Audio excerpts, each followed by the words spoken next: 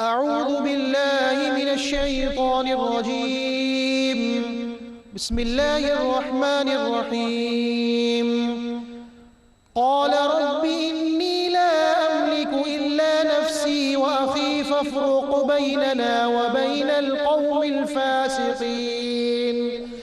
قال فإنها محرمة عليهم 40 سنة يتيهون في الأرض فلا تأس على القوم الفاسقين. واتل عليهم نبأ ابني آدم بالحق إذ قربا قربانا فتقبل من أحدهما ولم يتقبل من الآخر قال لأقتلنك قال إنما يتقبل الله من المتقين. لئن بسطت إلي يدك لتقتلني ما أنا بباسط يدي إليك لأقتلك إني أخاف الله رب العالمين. إني أريد أن تبوء بإثمي وإثمك فتكون من أصحاب النار وذلك جزاء الظالمين. فطوعت له نفسه قتل أخيه فقتله فأصبح من الخاسرين. فبعث الله غرابا يبحث في الأرض ليريه كيف يواري سوءة أخيه قال يا ويلتى أعجزت أن أكون مثل هذا الغراب فأواري سوءة أخي فأصبح من النادمين. صدق الله العظيم. الحمد لله رب العالمين والصلاة والسلام على سيد الأنبياء والمرسلين أما بعد أعوذ بالله من الشيطان الرجيم بسم الله الرحمن الرحيم. قال رب إني لا أملك إلا نفسي وأخي فافرق بيننا وبين القوم الفاسقين. صدق الله العظيم. اللهم صل على محمد وعلى آل محمد وبارك وسلم. رب اشرح لي صدري ويسر لي أمري واحلل عقدة من لساني يفقهوا قولي واجعل لي وزيرا من أهلي آمین یا رب العالمین. ناظرین کرام السلام علیکم ورحمۃ اللہ وبرکاتہ. پروگرام بصیرت القرآن میں خوش آمدید. الحمدللہ آج پروگرام نمبر 174 آپ کی خدمت میں پیش کر رہے ہیں. انشاءاللہ آج ہم مطالعہ کریں گے سورۃ المائدہ آیات 25 تا 31 کا. انہی آیات کی تلاوت کے ذریعے حسب معمول قاری سلمان صاحب نے پروگرام کا باقاعدہ آغاز فرما دیا ہے اور حسب معمول آج بھی ہمارے ساتھ ہمارے نوجوان ساتھی اسٹوڈیوز میں موجود ہیں. قرآن اکیڈمی کراچی میں دینی تعلیم حاصل کر رہے ہیں. آئیوں نے خوش آمدید کہیں. السلام علیکم ورحمۃ اللہ وبرکاتہ. وعلیکم السلام ورحمۃ اللہ وبرکاتہ. کیسے بیٹا خیریت سے؟ الحمدللہ. سمجھ میں آ رہی ہیں باتیں؟ جی ماشاءاللہ. جی ناظرین کرام ہم سب کی ترغیب و تشویق کے لیے سب سے پہلے نبی اکرم صلی اللہ علیہ وسلم کا ایک مبارک فرمان آئیے قرآن سیکھیں. فرمان نبوی صلی اللہ علیہ وسلم جو سرکشی کی وجہ سے اس قرآن کریم کو چھوڑ دے گا تو اللہ تعالیٰ اسے توڑ کر رکھ دے گا.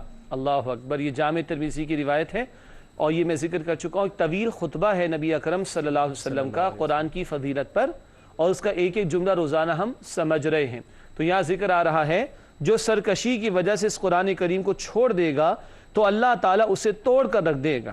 آج ہمیں غور کرنا چاہیے کہ قرآن حکیم کے ساتھ ہمارا زندہ تعلق ہے کہ نہیں. میں صرف اس پروگرام بصیرت القرآن کی بات نہیں کر رہا. 24 گھنٹے کے تناظر میں اور امت کے تناظر میں آج کیا واقعتاً قرآن سے ہمارا تعلق گہرا اور مضبوط ہے؟ اللہ کے رسول فرما رہے جو قرآن کو چھوڑے گا سرکشی کی وجہ سے اللہ توڑ کر رکھ دے گا. اللہ تعالی ہمیں محفوظ رکھے اس انجام سے اور اپنے کلام مبین سے ہمارے تعلق کو مزید مضبوط کرنے کی توفیق عطا فرمائے. ناظرین کرام اس کے بعد آج کی زیر مطالعہ آیات کا ترجمہ کر لیتے ہیں. سورۃ المائدہ آیات 25 تا 31 کا ترجمہ پیش خدمت ہے. سورۃ المائدہ آیات 25 تا 31 کا ترجمہ پیش خدمت ہے.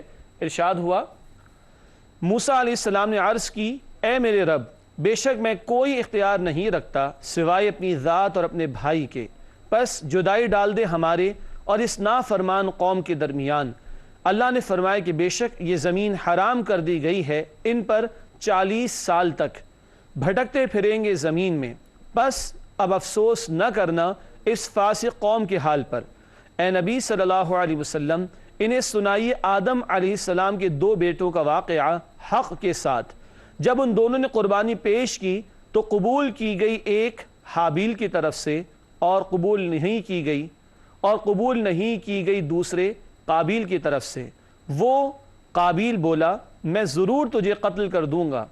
اس حابیل نے کہا کہ بے شک اللہ قبول فرماتا ہے متقیوں کی طرف سے، اگر تو نے اپنا ہاتھ اٹھایا مجھے قتل کرنے کے لیے تو میں نہیں اٹھاؤں گا اپنا ہاتھ تجھے قتل کرنے کے لیے۔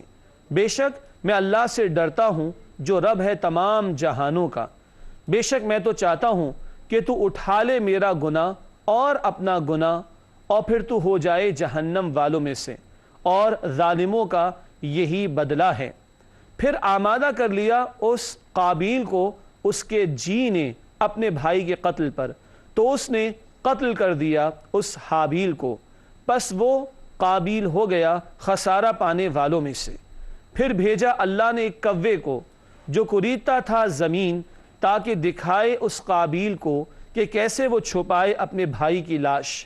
اس قابیل نے کہا ہائے میری خرابی، مجھ سے یہ بھی نہ ہو سکا کہ میں ہوتا اس کوے جیسا تو چھپا دیتا اپنے بھائی کی لاش، پھر وہ ہو گیا پچھتانے والوں میں سے۔ ناظرین کرام یہ ترجمہ سورۃ المائدہ آیات 25 سے 31 کا۔ ترجمے کے بعد ربط آیات کی طرف چلتے ہیں۔ گزشتہ آیات اور اس وقت کی زیر مطالعہ آیات کا باہمی تعلق ربط آیات کہلاتا ہے۔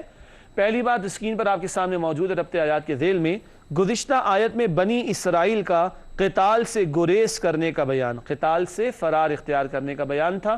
آگے چلتے اگلا نقطہ لکھا ہے آج کے تناظر میں، یعنی آج کے مطالعے کے حوالے سے، اب اپنی قوم کی نافرمانی اور بزدلی پر حضرت موسیٰ علیہ السلام کی اللہ تعالیٰ سے دعا کا ذکر ہے۔ کس طرح انہوں نے اللہ کے سامنے التجا رکھی اس کا بیان آئے گا آج کی نشست میں انشاءاللہ۔ ربط آیات کے بعد ناظرین کرام تعارف کا بیان ہے۔ جن باتوں کو تفصیل سے تشریح میں ہم سمجھیں گے ان کا مختصر جائزہ اور خاکہ تعارف کے ذیل میں۔ 3 باتیں ہیں تعارف کے ذیل میں۔ سب سے پہلی بات، ارض مقدس میں 40 سال تک بنی اسرائیل کے داخلے پر پابندی کا بیان۔ ارض مقدس سے مراد فلسطین، اللہ نے حکم دیا تھا جاؤ فتح کرو، مگر انہوں نے قتال سے انکار کیا تو اب 40 سال تک ان پر وہ دروازہ بند ہے ارض فلسطین کا، صحرا کے اندر کہیں گھومتے پھریں گے ابھی۔ اس کے بعد ہے اگلا حصہ، اللہ تعالیٰ متقیوں کی قربانی قبول کرتا ہے۔ ایک قربانی کا ذکر آئے گا حابیل اور قابیل، اس کے تناظر میں بات آئے گی، اس نقطے کو یہاں پر لکھا گیا اللہ تعالیٰ متقیوں کی قربانی قبول کرتا ہے۔ تیسری اور آخری بات تعارف کے ذیل میں لکھی گئی ہے، حابیل کے حکیمانہ وعد و نصیحت کا بیان اور مظلومانہ شہادت۔ یہ آدم علیہ السلام کے 2 بیٹوں کے واقعے کے تناظر میں بات ہے، تفصیل آگے بیان ہوگی انشاءاللہ۔ ناظرین کرام تعارف کے بعد تجزیے کا بیان ہے، ہر آیت میں کیا موضوع یا ذیلی عنوان یا سب ٹاپک زیر گفتگو آئے گا اس کو ہم تجزیے میں سمجھتے ہیں۔ سورۃ المائدہ آیات 25 سے 31 کا تجزیہ۔ آیت نمبر 25 حضرت موسیٰ علیہ السلام کی اللہ تعالیٰ سے دعا۔ سورۃ المائدہ آیت نمبر 26 بنی اسرائیل کو ان کی سزا کا بیان، جو سزا دی گئی بنی اسرائیل کو۔ آیت نمبر 27 حضرت حابیل کی قربانی کی قبولیت۔ آیت نمبر 28 حضرت حابیل کا اپنے بھائی سے مقابلہ نہ کرنے کا عزم۔ آیت 29 قابیل پر حضرت حابیل کے قتل کا گناہ، قابیل نے قتل کیا تھا، یہ نام یاد کرنا ذرا مشکل ہوتا ہے، تو قاف سے قتل اور قاف سے قابیل یاد رہے گا۔ قابیل پر حضرت حابیل کے قتل کا گناہ۔ اس کے بعد آیت نمبر 30 حضرت حابیل کی شہادت۔ اس کے بعد آخری آیت ہوگی آج کے مطالعے کے اعتبار سے آیت نمبر 31 دفن کا طریقہ کوے کے ذریعے سکھایا گیا۔ عجیب بات ہے، سمجھیں گے انشاءاللہ۔ ناظرین کرام الحمدللہ زیر مطالعہ آیات کا ترجمہ، ربط آیات، تعارف اور تجزیے کا بیان مکمل ہوا، اور حسب معمول اب ہر آیت کی تشریح کو سمجھتے ہیں۔ سب سے پہلے سورۃ المائدہ آیت نمبر 25 رب العالمین کی طرف سے ارشاد ہوا قال رب انی لا املک الا نفسی واخی فافرق بیننا وبین القوم الفاسقین۔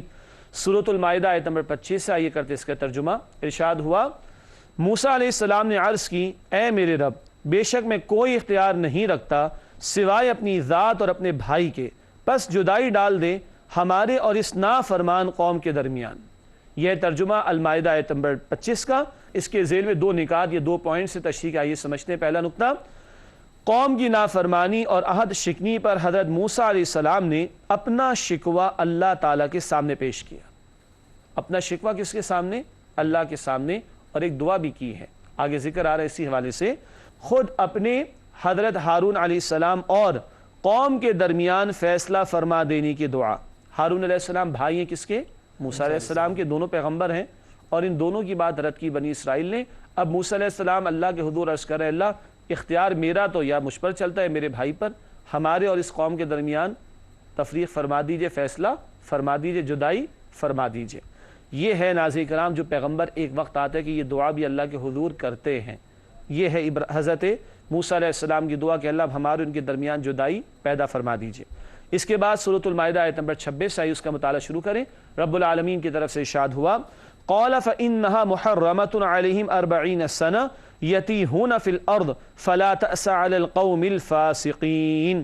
سورۃ المائدہ آیت نمبر 26 آئیے کرتے ہیں اس کا ترجمہ۔ ارشاد ہوا، اللہ نے فرمایا کہ بے شک یہ زمین حرام کر دی گئی ہے ان پر 40 سال تک، بھٹکتے پھریں گے زمین میں، پس اب افسوس نہ کرنا اس فاسق قوم کے حال پر۔ آیت نمبر 26 کا یہ ہے ترجمہ۔ آئیے اس کی تشریح کی طرف چلتے ہیں۔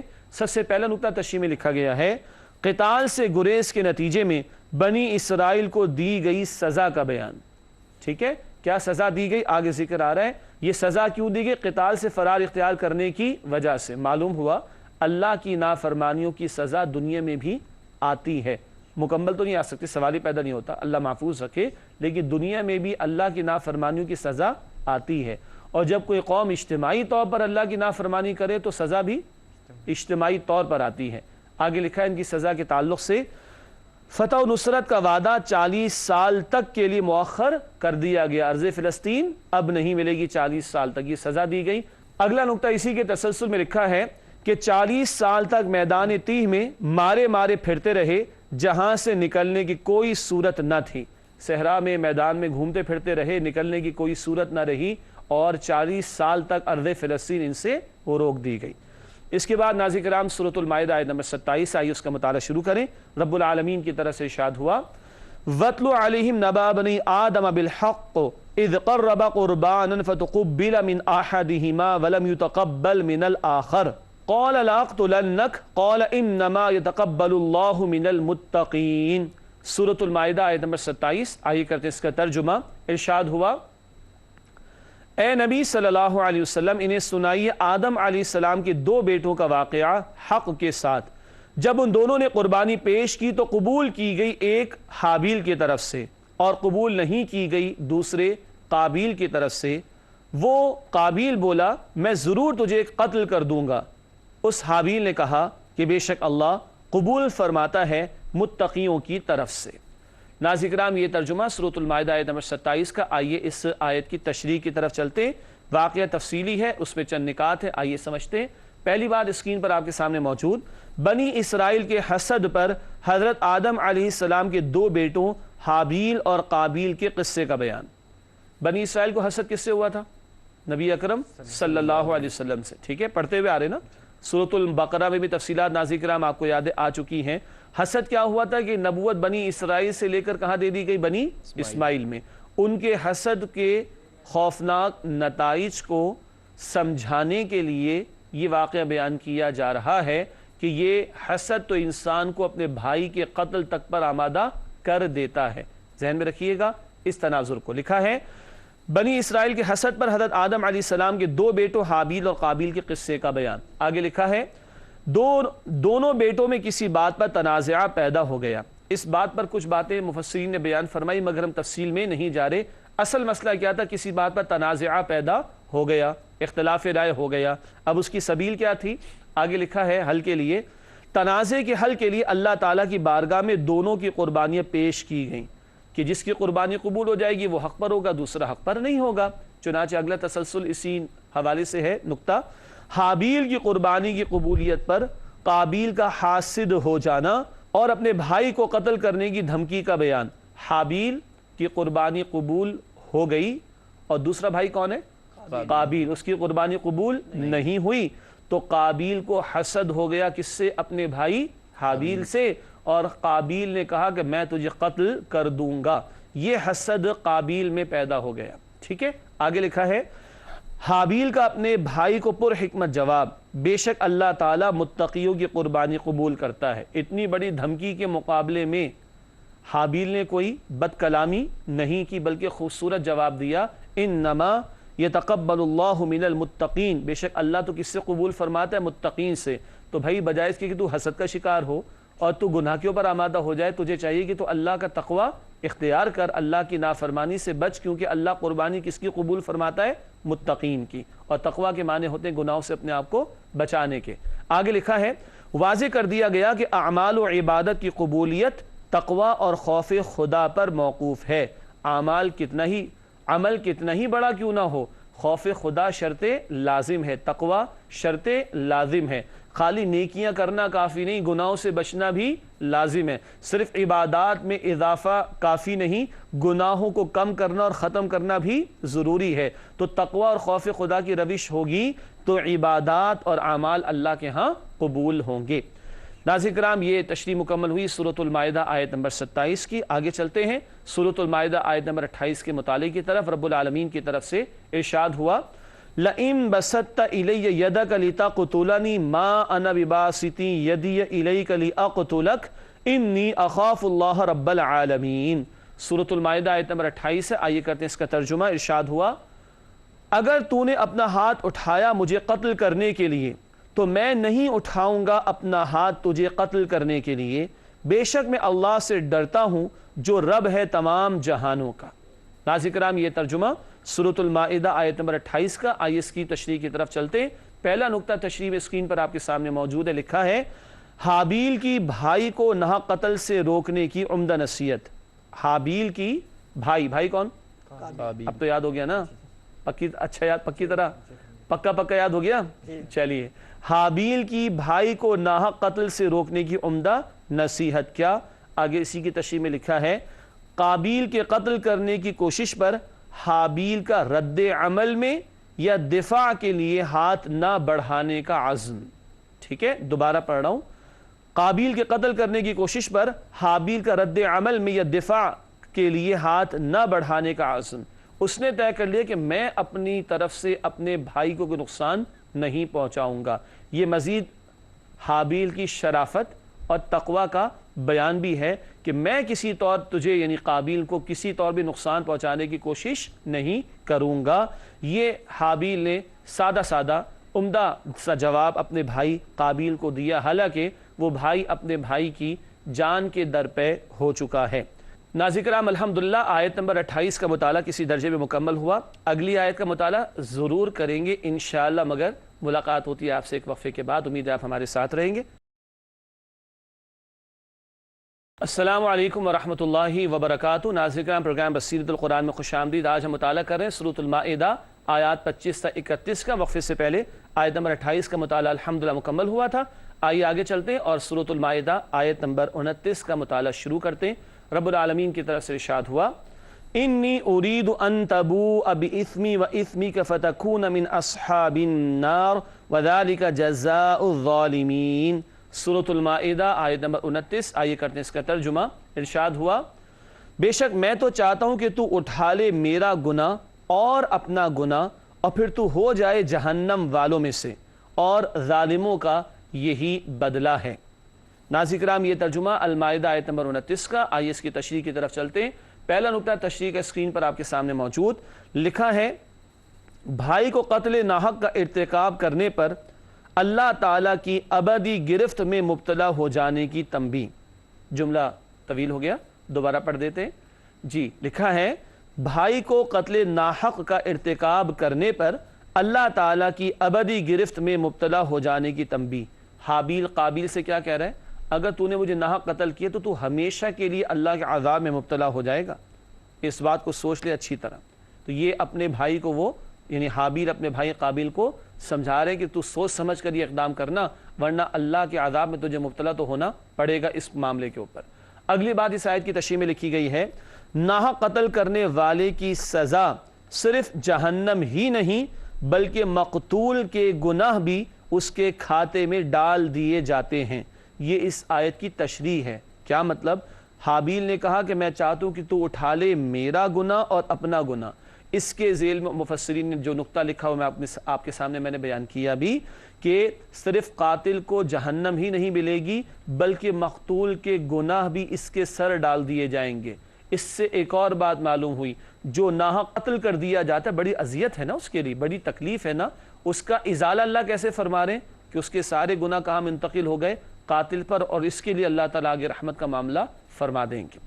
ناظرین کرام، اس کے بعد سورۃ المائدہ آیت نمبر 30 آئی، اس کا مطالعہ شروع کریں۔ رب العالمین کی طرف سے ارشاد ہوا، فَطَوَّعَتْ لَهُ نَفْسُهُ قَتْلَ أَخِيهِ فَقَتَلَهُ فَأَصْبَحَ مِنَ الْخَاسِرِينَ۔ سورۃ المائدہ آیت نمبر 30 ہے، آئیے کرتے ہیں اس کا ترجمہ۔ ارشاد ہوا، پھر آمادہ کر لیا اس قابیل کو اس کے جی نے اپنے بھائی کے قتل پر، تو اس نے قتل کر دیا اس حابیل کو، پس وہ قابیل ہو گیا خسارہ پانے والوں میں سے۔ ناظرین کرام، یہ ہوا ترجمہ سورۃ المائدہ آیت نمبر 30 کا۔ آئیے اس کی تشریح کی طرف چلتے ہیں۔ سب سے پہلی بات، نوع انسانی کا پہلا اور ناحق قتل، یہ پہلا قتل ہے اور ناحق قتل ہے جو انسانیت میں ہوا۔ حابیل کو قتل کیا ہے کس نے؟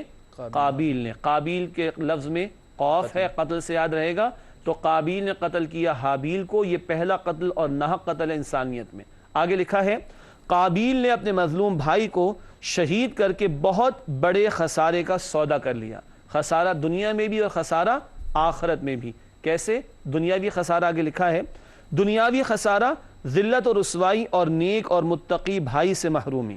ذلت بھی ہے، تو نے بھائی کو قتل کیا، اتنا گھناؤنا جرم کیا، اور ایسے بھائی کو جس کی قربانی بھی تو قبول ہوئی، متقی ہے نا، ایسے بھائی سے اپنے آپ کو خود اس نے محروم کر لیا۔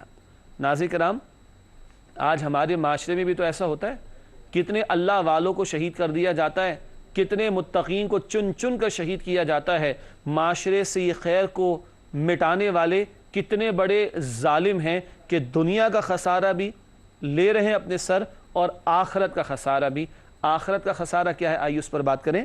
لکھا ہے اسکرین پر، اخروی خسارہ قتل ناحق کے جرم میں ابدی عذاب کا مستحق بن گیا۔ ناحق قتل کر کے ہمیشہ کے عذاب کے لیے اس نے اپنے آپ کو تیار کر لیا۔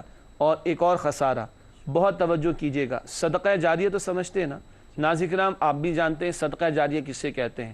آئیے آج گناہ جاریہ کو بھی سمجھیں۔ استغفر اللہ۔ دیکھیے اسکرین پر کیا لکھا ہے، گناہ جاریہ، جو شخص بھی کسی مظلوم کو قتل کرتا ہے تو اس کا گناہ آدم کے پہلے بیٹے پر بھی لاد دیا جاتا ہے۔ یہ صحیح بخاری کی روایت۔ اب جتنے لوگ قتل ناحق کریں گے قیامت تک، ان قاتلوں کا ایک حصہ گناہ کا قابیل پر بھی جائے گا، جس نے اس رسم بد کو، بری رسم کو شروع کیا تھا۔ یہ بخاری کی روایت ہے۔ ناظرین کرام، جو جس گناہ کو ترویج دیتا ہے، آگے جتنے لوگ وہ گناہ کا دھندا کریں گے، وہ شروع کرنے والوں کو بھی وہ سارا حصہ پہنچے گا گناہ کا۔ آج میڈیا کے ذریعے، الیکٹرانک ہو یا پرنٹ میڈیا، کتنی گندگی کے کام، بے حیائی کے کام، فحاشی کے کام، عریانی کے کام، جرائم کے ری انیکٹمنٹس، جرم ایسے ہوتا ہے، یہ میڈیا پہ دکھایا جاتا ہے۔ کتنے لوگ ان دھندوں کو دیکھ کر گندگی میں مبتلا ہوں گے، فحاشی عریانی زنا میں مبتلا ہوں گے، چوری ڈاکے قتل و غارت گری میں مبتلا ہوں گے۔ دکھانے والوں کو بھی پڑھ لینی چاہیے حدیث اور سن لینی چاہیے، اور جو گناہ پر لگا رہے دوسروں کو تو گناہ کا عذاب ملے گا۔ جس نے لگایا، شروع کیا اور لگایا اس دھندے پر، اس کے کھاتے میں بھی جائے گا۔ یہ بخاری کی روایت بتا رہی ہے، نبی اکرم صلی اللہ علیہ وسلم کا فرمان ہمیں اطلاع دے رہا ہے اس حوالے سے۔ اللہ ہمیں سمجھ عطا فرمائے۔ آج کے مطالعے کی آخری آیت ہے سورۃ المائدہ آیت نمبر 31۔ آئیے اس کا مطالعہ شروع کریں۔ رب العالمین کی طرف سے ارشاد ہوا، فَبَعَثَ اللَّهُ غُرَابًا يَبْحَثُ فِي الْأَرْضِ لِيُرِيَهُ كَيْفَ يُوَارِي السَّوْءَةَ أَخِيهِ قَالَ يَا وَيْلَتَى أَعَجَزْتُ أَنْ أَكُونَ مِثْلَ هَذَا الْغُرَابِ فَأُوَارِيَ السَّوْءَةَ أَخِي فَأَصْبَحَ مِنَ النَّادِمِينَ۔ سورۃ المائدہ آیت نمبر 31۔ آئیے کرتے ہیں اس کا ترجمہ۔ ارشاد ہوا، پھر بھیجا اللہ نے کوے کو جو کریدتا تھا زمین، تاکہ دکھائے اس قابیل کو کیسے وہ چھپائے اپنے بھائی کی لاش۔ اس قابیل نے کہا، ہائے میری خرابی، مجھ سے یہ بھی نہ ہو سکا کہ میں ہوتا اس کوے جیسا تو چھپا دیتا اپنے بھائی کی لاش۔ پھر وہ ہو گیا پچھتانے والوں میں سے۔ ناظرین کرام، یہ ترجمہ سورۃ المائدہ آیت نمبر 31 کا۔ آئیے اس آیت کی تشریح کی طرف چلتے ہیں۔ پہلی بات لکھی گئی ہے تشریح میں، قتل کی وحشیانہ حرکت کے ارتکاب کے بعد قابیل کو لاش چھپانے کی کوئی تدبیر نہ سوجھی۔ اللہ نے کس کو بھیجا؟ کوے کو۔ سنیے لکھا آگے، کوے کو بھیج کر مردہ بھائی کو دفن کرنے کی رہنمائی کی گئی۔ کتنی انسان کی مت ماری جاتی۔ اور آگے لکھا ہے، ایک کوے جیسی عقل بھی حاصل نہ ہونے پر قابیل کا بے عقلی پر اظہار ندامت، کیا ہوا؟ وہ ندامت کرنے والوں میں سے ہو گیا۔ ناظرین کرام، دو تین باتیں سمجھ لیجئے۔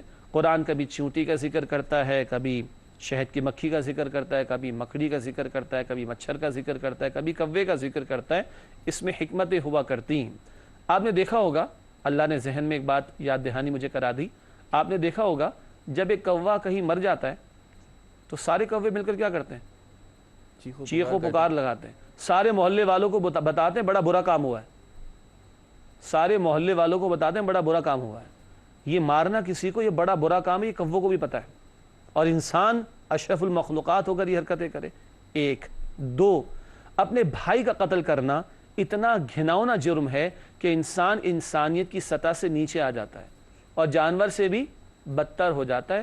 اللہ بھیج رہا ہے کوے کو، جاؤ بتا دو اس کو کہ کیسے اپنے بھائی کی لاش کو چھپانا ہے۔ تمہاری عقل اتنی بھی اب کام نہیں کر رہی۔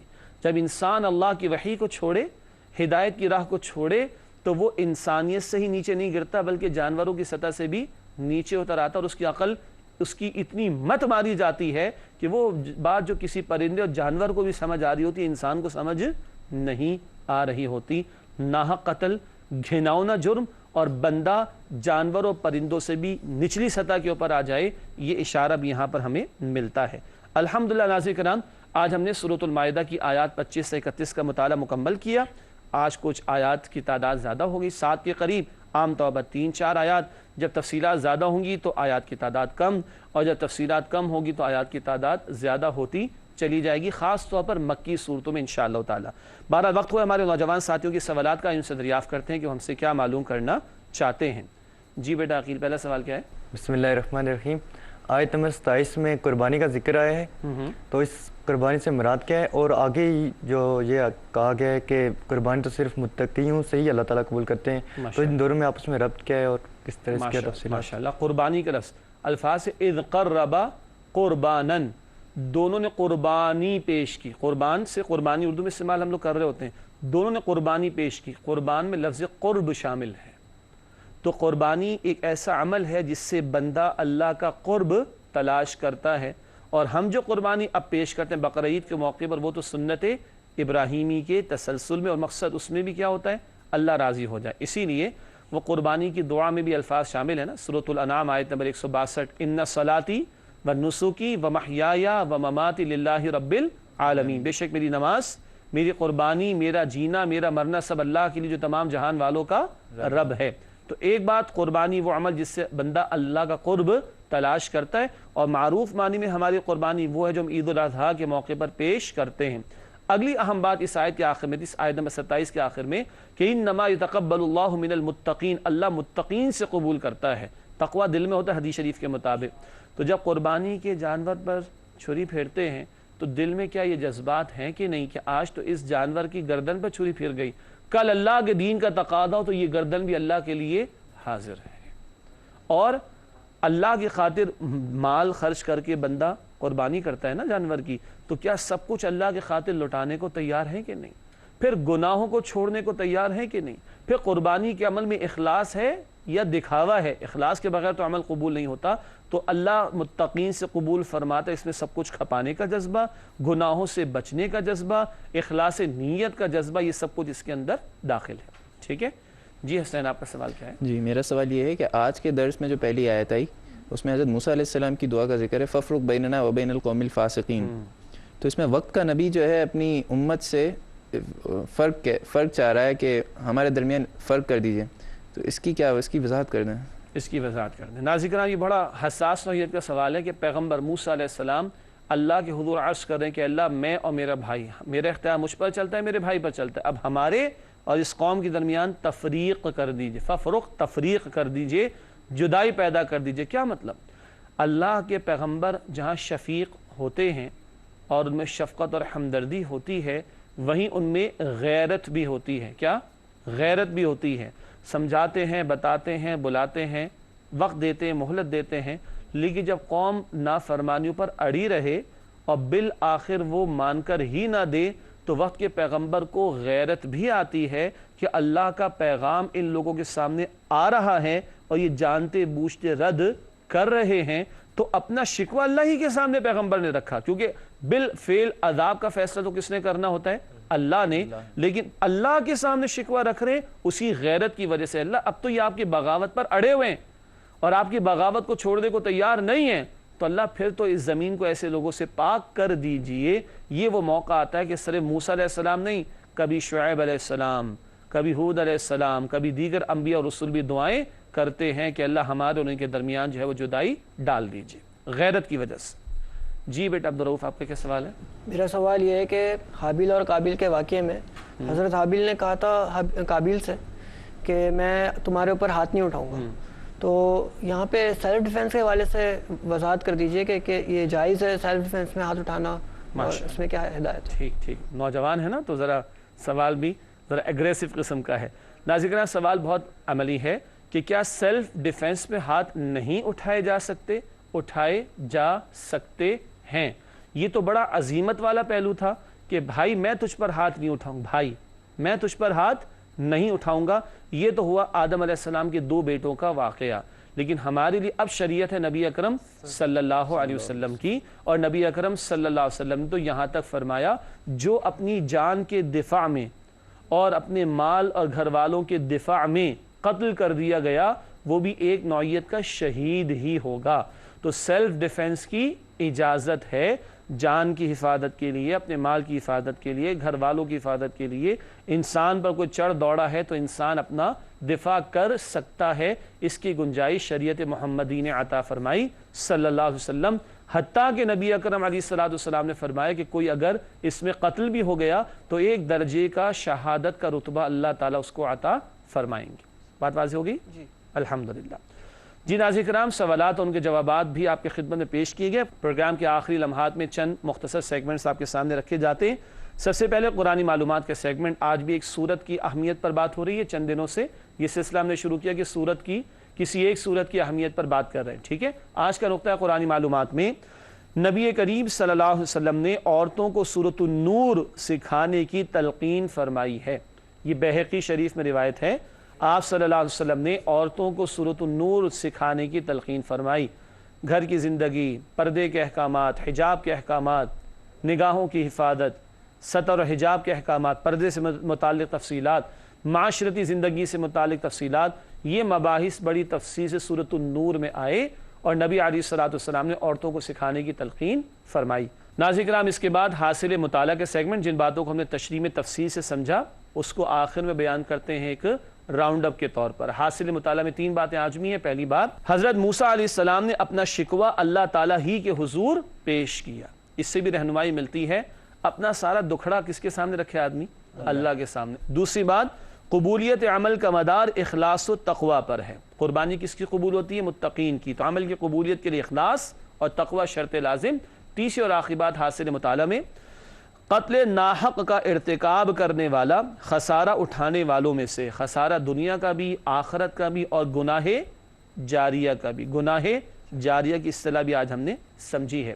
اس کے بعد جائزے کا سیگمنٹ ہے۔ آئیے 3 سوالات کا جائزہ لیں۔ پہلا سوال، کیا ہم اللہ تعالیٰ کی راہ میں عمدہ چیزیں صدقہ کرتے ہیں؟ قربانی کی بات آئی نا، اللہ کو دیتے ہیں جب اللہ کی راہ میں تو بہترین دیتے ہیں یا پھر بچا کچا دیتے ہیں؟ استغفر اللہ۔ دوسری بات، کیا ہم حسد جیسی برائی سے بچنے کے لیے کوشاں رہتے ہیں؟ یہی حسد قابیل کو قتل پر لے گیا، کس کے؟ اپنے بھائی حابیل کے۔ یہی حسد بنی اسرائیل کو تباہ کر گیا جب انہوں نے حسد کیا نبی اکرم علیہ السلام سے، اور سب سے بڑھ کر یہی حسد شیطان کو برباد کر دی گیا جب اس نے حسد کیا حضرت آدم علیہ السلام سے۔ کیا ہم حسد جیسی برائی سے بچنے کے لیے کوشاں رہتے ہیں؟ تیسرا اور آخری سوال، کیا ہمارے معاشرے میں ہونے والے قتل ناحق پر ہمیں کڑن ہوتی ہے؟ دوبارہ غور کیجئے گا، کیا ہمارے معاشرے میں ہونے والے قتل ناحق پر ہمیں کڑن ہوتی ہے؟ آخری 2 باتیں پروگرام میں شامل کرتے ہیں۔ گزشتہ سوال کا جواب، پچھلے پروگرام میں سوال رکھا گیا تھا، اے انسانوں، بے شک ہم نے تمہیں ایک مرد اور عورت سے پیدا کیا. یہ بات کس آیت میں بیان کی گئی ہے؟ سورۃ الحجرات آیت نمبر 13. ہنٹ یہ دی گئی تھی کہ 26 پارے میں نصف کے بعد دیکھیے گا سورۃ الحجرات آیت نمبر 13. یا ایھا الناس انا خلقناکم من ذکر و انثی. سارے انسانوں میں دو چیزیں کامن ہیں. رنگ سب کا ایک نہیں ہے، علاقہ ایک نہیں، زبان، حتیٰ کہ مذہب بھی مختلف ہیں، لیکن سب کا خالق ایک اللہ اور سب کے اولین والدین آدم اور حوا علیہ السلام. یونیورسل بردرہڈ، عالمگیر بھائی چارے کے لیے دو بنیادی باتیں، سب کا رب ایک اللہ اور سب کے اولین والدین آدم و حوا. سورہ حجرات آیت نمبر 13. آج کا سوال نوٹ کیجئے گا. اے انسان، اس لفظ سے خطاب ہے. آج کا سوال، اے انسان تجھے اپنے رب کریم کے بارے میں کس بات نے دھوکے میں ڈال دیا ہے؟ اے انسان تجھے اپنے رب کریم کے بارے میں کس بات نے دھوکے میں ڈال دیا ہے؟ یہ بات کس آیت میں بیان کی گئی ہے؟ آخری پارے میں، شروع سے پڑھیے گا، تھوڑی دیر میں مل جائے گا جواب انشاءاللہ. آخری پارہ نمبر 30 شروع سے پڑھیے گا، تھوڑی دیر میں جواب مل جائے گا انشاءاللہ تعالی، جو اگلے پروگرام میں آپ کے سامنے رکھیں گے. الحمدللہ عزیز کرام، اسی کے ساتھ ہمارے پروگرام کا وقت مکمل ہوتا ہے. اللہ آپ تمام ساتھیوں کو جزائے خیر دے، آپ کے اخلاص، علم اور عمل میں اضافہ عطا فرمائے. ناظرین کرام، ہم سب کو، ہماری پوری اس ٹیم کو جو آپ کو اسکرین پر دکھائی نہیں دیتی، ہمارے قاری صاحب کو اور تمام وہ لوگ جو تعاون کرتے ہیں، سب کو اپنی دعا میں یاد رکھیے. وآخر دعوانا ان الحمدللہ رب العالمین، والسلام علیکم ورحمۃ اللہ وبرکاتہ. اللہ کا کلام پڑھایا رسول نے،